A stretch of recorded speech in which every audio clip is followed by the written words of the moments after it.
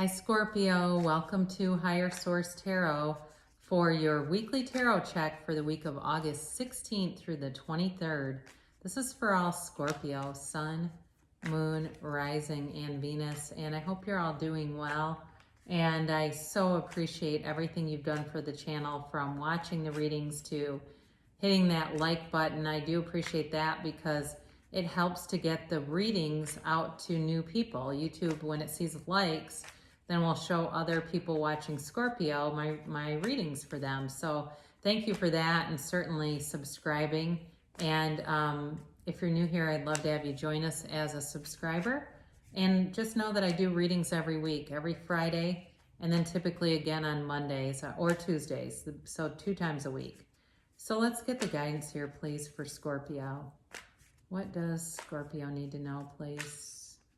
Scorpio, Sun, Moon, Rising, and Venus. What does Scorpio need to know for the highest good? What does Scorpio need to know? All right, you guys. So we'll do our tarot reading, and then we'll do an angel answer, so you can ask yes or no or a timeline with those. All right, you've got the 7 of Swords here and the Star, the Queen of Wands, and the Fool. So I like this because the Fool shows up in a transition.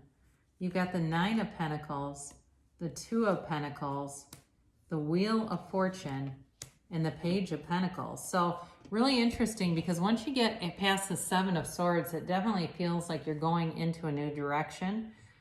You've got change here a few different times. You have Aquarius energy here. You have Earth, so Taurus, Virgo, Capricorn, pretty heavily Earth here.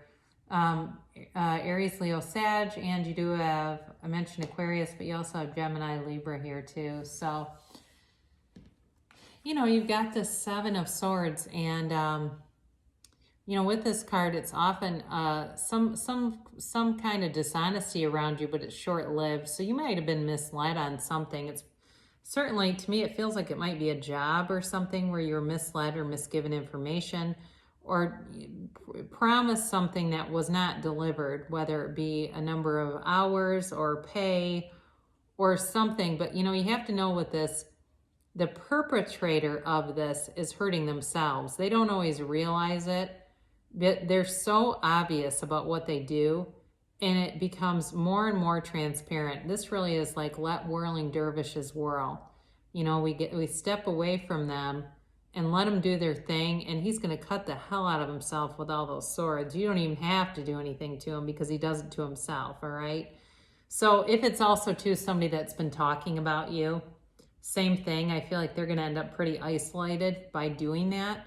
So if it's been, again, had somebody backstabbing you by talking about you, or you've been misled on some arena, you're moving on. I don't think this is really that big of a player, quite frankly, because right after that, you've got the Star here, and this is wish fulfillment. This has been showing up a lot in a lot of readings this week. It's interesting.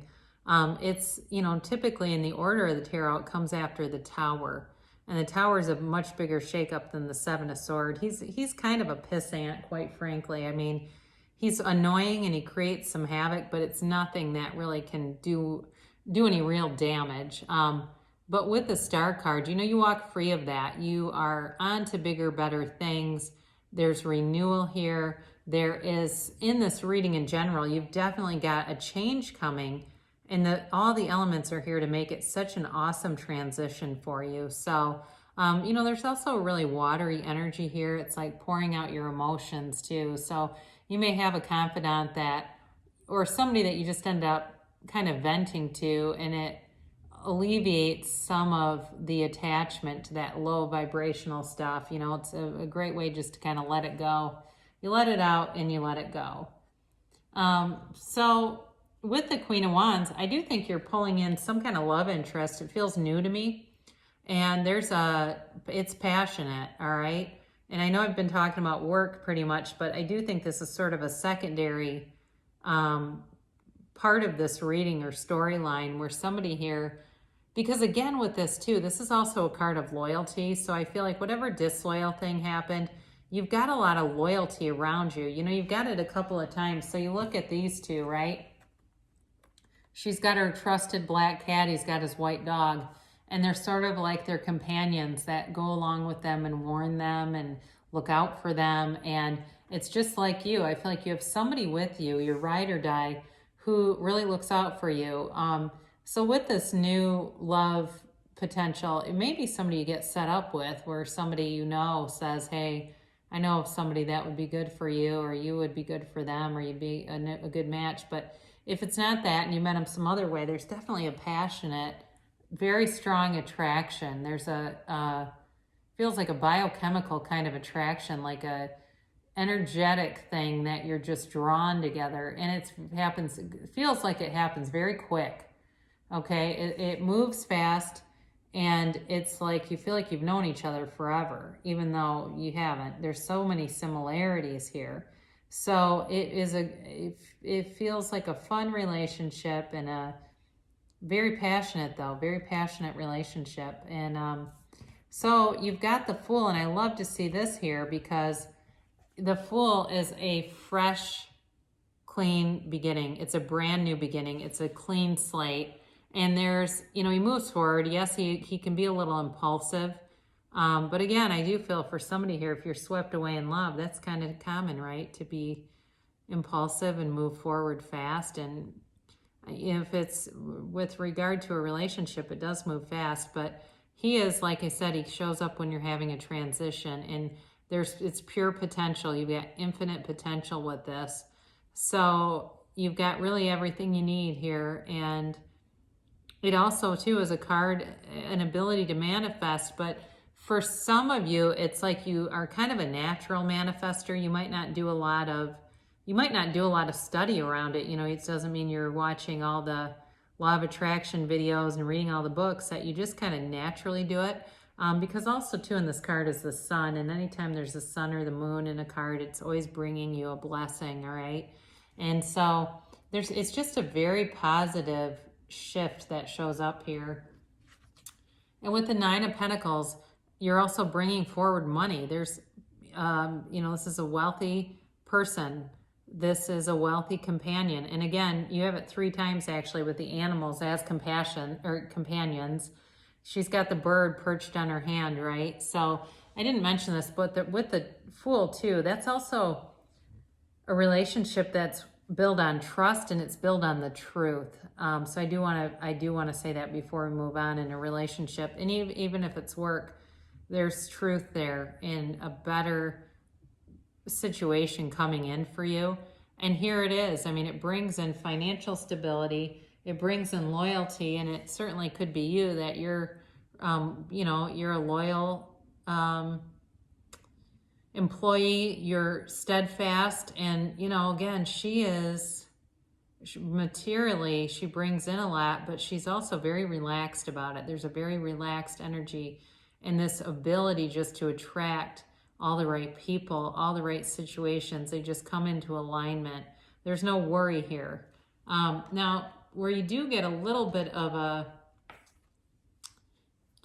it's not necessarily a worried energy, but there's sort of a roller coaster here going on. It's like you start to manifest a lot of things, and it makes life get bigger, right? All of a sudden life is bigger, and it's like, whoa, all the stuff came in, and it came in fast, and now I've got more things than I realized. And it can be a little overwhelming, the speed of things, but I think you'll find it to be an abundant time with this. But it is about just trying to kind of stay balanced, you know, and especially with the love thing, it can sweep you off your feet and cause a little bit of an imbalance. Like all of a sudden people are playing hooky from work because they'd rather go hang out.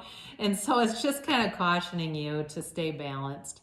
Keep your wits about you, because you've got awesome energy that continues with the Wheel of Fortune. This turns in your favor, and it is a new cycle beginning. This is truly about manifestation. So you've got the Fool here plus the Wheel of Fortune and the Star card. It's enlightenment. You know, it's like with each cycle we go through a transformation. It's interesting because right before I started your reading, I actually thought about the Death card, which is ruled by Scorpio. and I actually enjoy seeing it in readings, but instead you got this, which I think most people enjoy probably seeing the Wheel of Fortune a little more because it brings in a good luck charm. It's definitely something more coming towards you. But where I thought about that is just it's transformative energy. And you've got it here big time. This big transformation coming in. And I think you're going to be amazed and delighted. I really do. And I actually think whoever you're pulling in towards you, same thing, you know, this Page of Pentacles is an offer coming in. But there's, you know, like I said, amazed and delighted. It's like the way he's gazing at this pentacle is, I feel like how you're going to be looking at your life and how people around you are looking at you. You know, you're special. There's a special connection here. There's a deep connection here. And there's something long-term. All right. So if it's a job and you're changing, and it might happen very unexpectedly. I mean, where I work, it's, you know, these are a time where people were talking about, oh, what are all the college graduates going to do? Well, I'm seeing retirements every day. There's people that have been at where I work for 30 years that are retiring left and right. And new people are going to come in because of that. So all the people that were fretting about jobs, the ones that realize they can have, do, or be anything are going to be my coworkers soon. But yeah, I mean, it's a, you know, it's a college level, you know, job, bachelor's or master's level jobs coming in. So if that's you, they're out there and they're coming. So anyway, I had a couple people early on that I was saying, look, there's money and there's work coming in, that say, oh no, not in a pandemic, that won't happen. Well, there's some people that have been busier than ever. It just depends on what you do. So let's get a timeline here for Scorpio. Let's get a timeline here for Scorpio, please. I like to try to get something in the middle, and sometimes it's hard to do. These cards are slippery, and anyway. Here.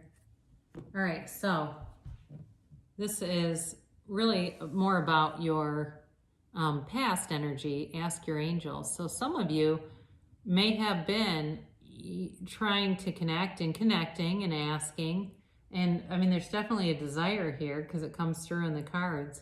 And looking for signs and recognizing when there were angel signs, you know, pennies from heaven, or maybe you saw a cardinal, or you saw a specific person's date of birth or their name or something. And seeing that there are signs around you, the angels are communicating your current information. It's telling you to get more information. And with this, it can be about a misunderstanding and the need to clarify, but I don't know. I don't know that that's really a huge part of this. There might be more information out there if you're saying, I just don't know who it could be that could be coming forward towards me. Maybe there's something else. You know, you go somewhere to some workshop or something with a friend, you know, haven't been going out a lot, and you start to take more invitations, and all of a sudden there they are. And if you believe, if you stay on your current trajectory, it's telling you have that unwavering faith and really know that you create your own reality. Know that when this stuff shows up in the cards, it is telling you that it's meant for you. What you are seeking is also seeking you. Now, this says wait, and it certainly could be for those of you that are uncertain. It's kind of telling you wait for it because it is coming. You know that. And in the meantime, focus on yourself, focus on other things, you know, not being focused on the lack of the thing. I actually listened to a video recently that talked about people focusing and pretending they're having the thing right now, that sometimes that keeps it away longer. I thought that was interesting. I've never really heard that before. But the answer overall is yes. So I think if you're waiting for something, it's coming, all right? So great. It's a beautiful reading for you, Scorpio. Great energy coming ahead. And I love you so much, and I'll be back again soon.